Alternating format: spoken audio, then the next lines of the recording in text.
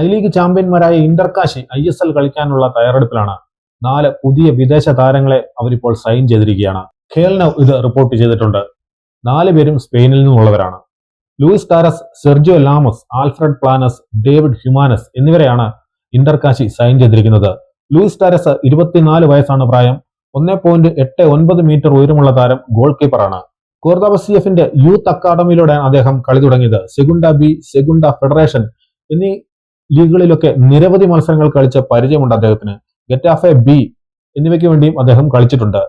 Reflux സേവുകൾക്കും penalty ഏരിയയിൽ dominate ചെയ്യാനുള്ള കഴിവും അദ്ദേഹത്തിന്റെ പ്രത്യേകതയാണ്. കാശി സൈൻ ചെയ്ത മറ്റൊരു താരമാണ് സെർജിയോ ലാമോസ്. 32 വയസ്സാണ് പ്രായം. ഡിഫൻസീവ് മിഡ്ഫീൽഡറാണ് താരം. അലാവസിലൂടെ കളി തുടങ്ങിയ താരം ലാലിഗ 2-ൽ കളിച്ചിട്ടുണ്ട്. കോപ്പ ദെൽറയിൽ അദ്ദേഹം കളിക്കുകയും ഗോളുകൾ നേടുകയും ചെയ്തിട്ടുണ്ട്. ഫിൻലൻഡ്, ബൊളീവിയ എന്നിവിടങ്ങളിലൊക്കെ നിരവധി മത്സരങ്ങൾ കളിച്ച അദ്ദേഹം ഗോകുലം കേരളയിലും കളിച്ചിട്ടുണ്ട്. അവിടെ നിന്നും ഗ്രാവിനിയിലേക്ക് പോയ അദ്ദേഹം ഇപ്പോൾ ഇന്റർകാശിയിലേക്ക് എത്തിയിരിക്കുകയാണ്. ആൽഫ്രഡ് പ്ലാനസ് 29 വയസ്സാണ് പ്രായം. വിങ്ങറാണ് അദ്ദേഹം. മലാഗ, മാർബല്ല, സാബഡൽ എന്നിവിടങ്ങളിലൊക്കെ കളിച്ച അദ്ദേഹം കോപ്പ ദെൽറയിലും കളിച്ചിട്ടുണ്ട്. ഐ ലീഗ് ക്ലബായ ഗോകുലം കേരളയിലും അദ്ദേഹം കളിച്ചു. വേഗമേറിയ മുന്നേറ്റങ്ങൾ നടത്താനുള്ള കഴിവും ഫൈനൽ തേർഡിലെ മികവുമൊക്കെ അദ്ദേഹത്തിന്റെ പ്രത്യേകതകളാണ്.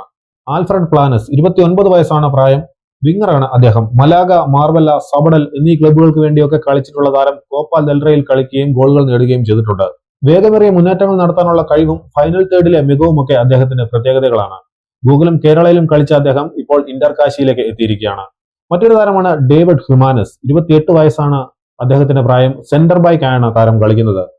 2024-25 സീസണിൽ ഇന്റർകാശി ഐ ലീഗ് ചാമ്പ്യന്മാരാകുമ്പോൾ അദ്ദേഹം കൂടെ ഉണ്ടായിരുന്നു. സൂപ്പർ കപ്പിലും ഐ ലീഗിലും എല്ലാമായിട്ട് 20 മത്സരങ്ങൾ അദ്ദേഹം ഇന്റർകാശിക്ക് വേണ്ടി കളിച്ചിട്ടുണ്ട്. പിന്നീട് അൻഡോറയിലേക്ക് പോയ അദ്ദേഹം ഇപ്പോൾ തിരികെ ഇന്റർകാശിയിലേക്ക് എത്തിയിരിക്കുകയാണ്.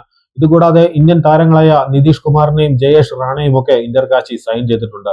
ഐ ലീഗിൽ പുറത്തെടുത്ത പ്രകടനം ISL-ലും പുറത്തെടുക്കാനുള്ള തയ്യാറെടുപ്പിലാണ് ഇന്റർകാശി.